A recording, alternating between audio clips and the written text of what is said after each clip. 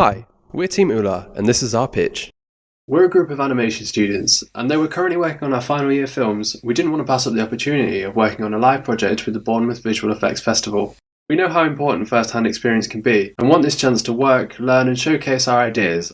But firstly, let me introduce you to our team. Starting with Amy. She's an experienced character artist and is responsible for most of the great character designs you're going to see. As a main component to pre-production, she's working heavily on our concepts, prop designs and colour scripts. She will also act as a supporting animator in the later production stage. Next, meet Lucas. He's an integral asset in both pre-production as well as production, responsible for storyboarding our vision in these early stages.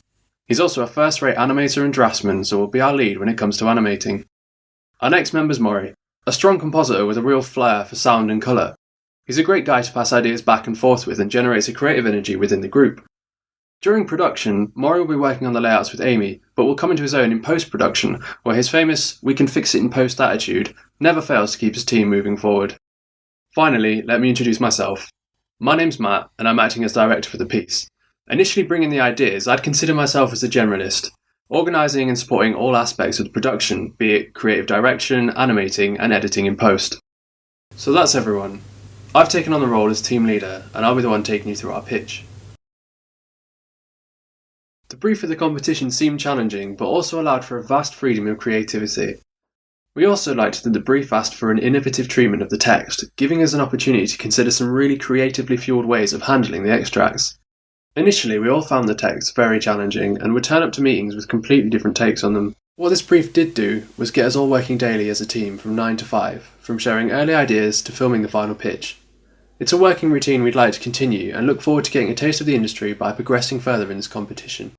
Having all worked recently on self-proposed projects, we were each excited to be working from a more structured starting point. And as sun-starved northern folk, we look forward to seeing those white beaches we've heard so much about. So looking at the text, we chose The Time Machine by H.G. Wells. Initially, Lucas and I were drawn to the piece due to our shared love of H.G. Wells' War of the Worlds. But that aside, after sharing various concepts for all 6 of the extracts, we found The Time Machine was the only one where one of the ideas wasn't just a literal translation of the text. As such, we felt that it had the most scope for our own interpretation.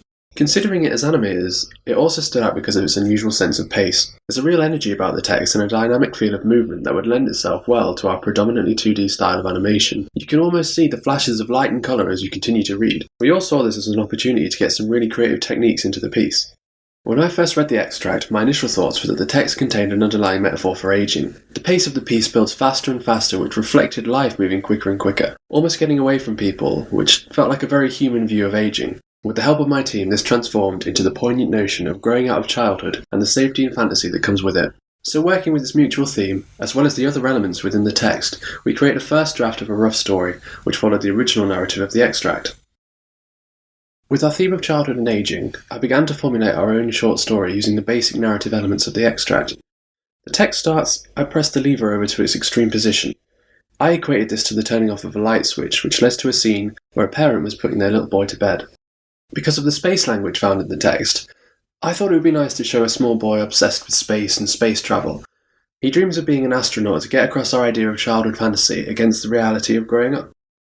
The little boy is filled with a wild energy and excitement from seeing the moon and stars from his bed, and mirroring the rush of energy and loss of focus felt by the character in the time machine, he leaps across to his rocket wardrobe, unaware of the things he knocks over on the way.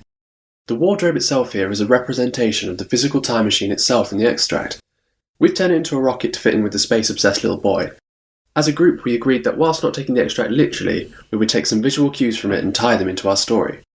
A good example is here, where we take the imagery of the slowest snail that ever crawled dash by too fast for me, and turn this into an alien shadow that dashes across the wardrobe, making the boy jump.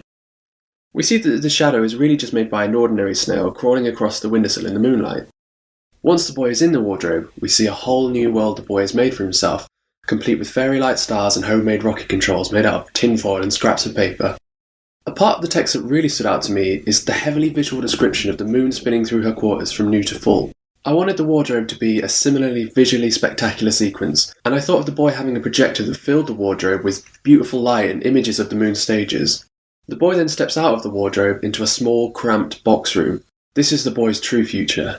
Far from the magical astronaut childhood dreams, I wanted this end to contain a time travel element that is obviously taken from the extract, with our character stepping out into a dim and elusive world. Except our world is the boy's grim future, and ties into our own theme of the realities of aging. With our initial story created and agreed upon by the group, we moved on to designing our characters and other elements of the film.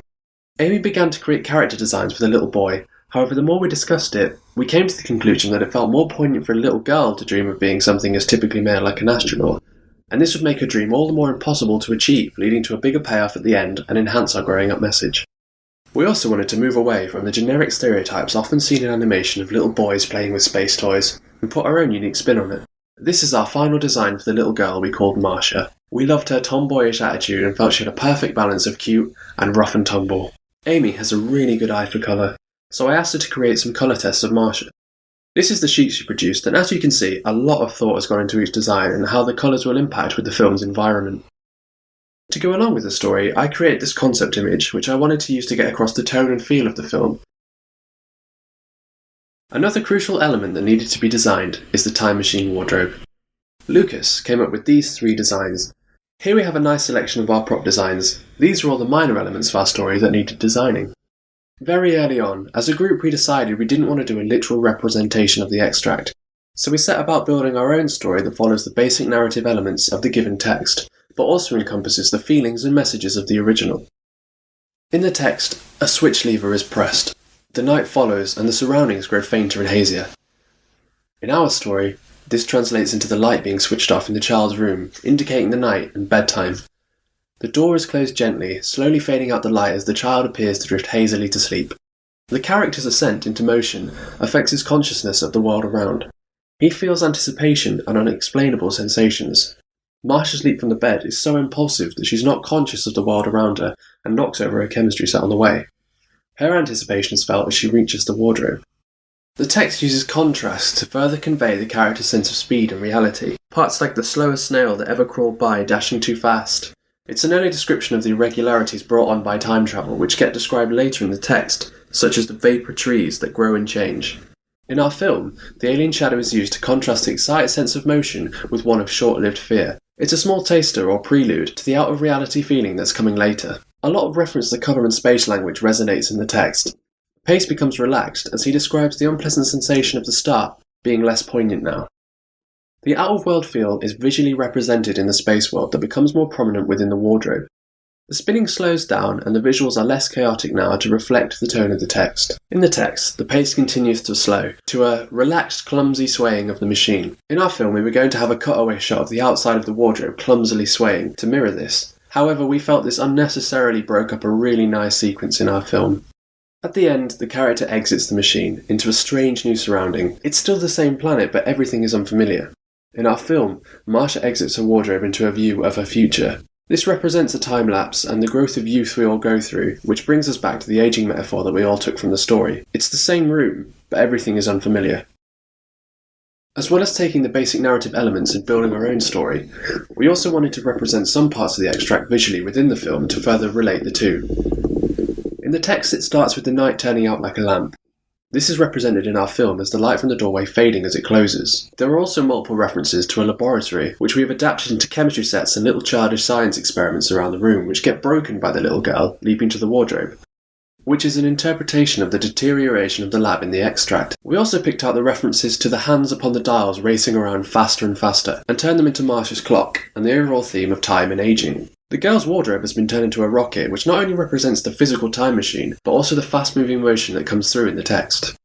Inside the wardrobe, Marcia projects the cycling phases of the moon, which are referenced heavily in the extract, and this projection begins to morph into a space world without boundaries, as we see through Marcia's eyes and her imagination. We took a lot of inspiration here from the space language used in the text, as well as this imaginary world that Marcia creates. We wanted to juxtapose the childhood fantasy with a sudden view of grim reality, and have her emerge from this wardrobe which has travelled through time into Marcia's future, which is a grey, gritty life of adult mediocrity. Although this isn't like the ending of the extract, our interpretation of the text led us to the time travelling being a metaphor for aging, and the melancholy sentiment of leaving childhood fantasy behind. With our designs and storyboards to hand, we set about making an animatic to try to lock the story down to 30 seconds or less. We use this as an opportunity to bring back the mood and feel of the concept art by adding a rough lighting element.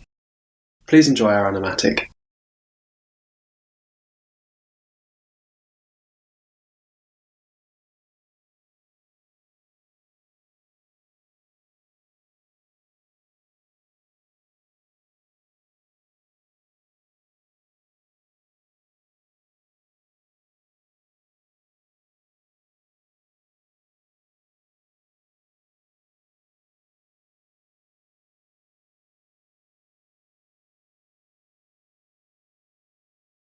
That's the end of our pitch.